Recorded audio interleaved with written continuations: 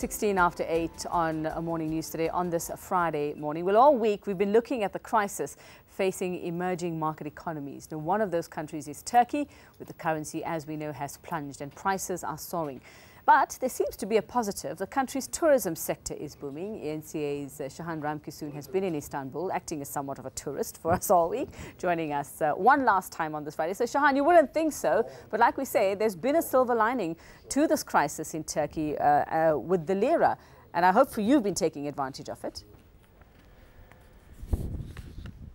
I definitely have been taking advantage of it. Now, this week, of course, we explored the financial distress of emerging markets, particularly Argentina, Brazil, Venezuela, and right here in Turkey. With all these countries and they're suffering through those crashing currencies and high inflation, they still enjoy the benefits of tourism, earning billions through difficult economic times. I took a look at the industry right here in Turkey.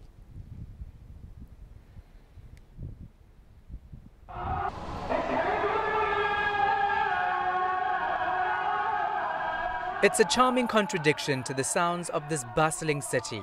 Around 15 million people live in Turkey's tourist hotspot. Istanbul is loud, grungy in some areas, and traffic is a nightmare, with many hooting their way through these narrow streets. But beyond the chaos lies a picturesque metropolis, a place where East really does meet West. Istanbul is a city where two continents collide, smack bang in the middle of Europe and Asia. But right here, the Bosphorus Strait connects the Sea of Marmara and the Black Sea. It's a marriage of continents that leads to diversity. The food has hints of influence from both sides.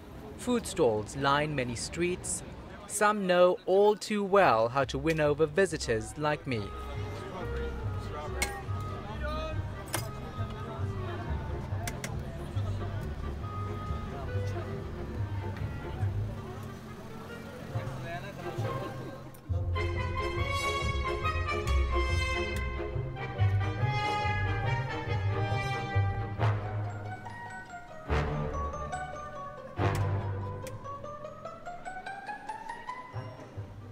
Good.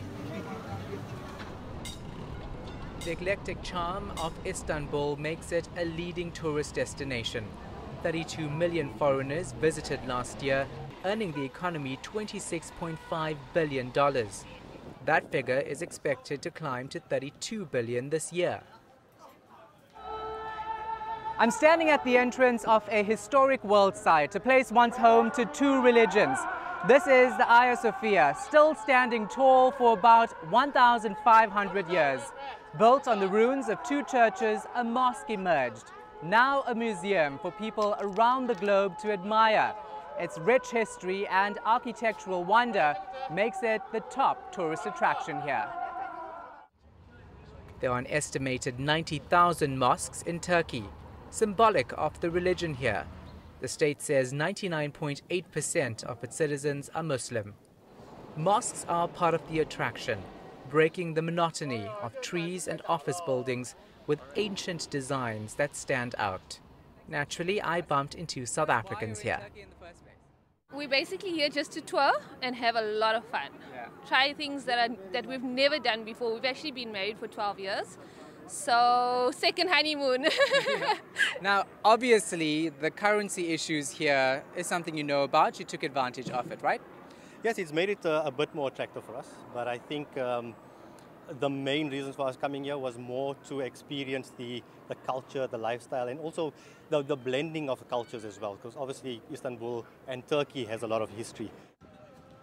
So a currency crash isn't all bad news. It's hurting many Turks, but also bringing in the tourists. However, in the end, it's not just about economics. Currencies get weaker and stronger. Markets go up and down. But the beauty of Turkey will never fade.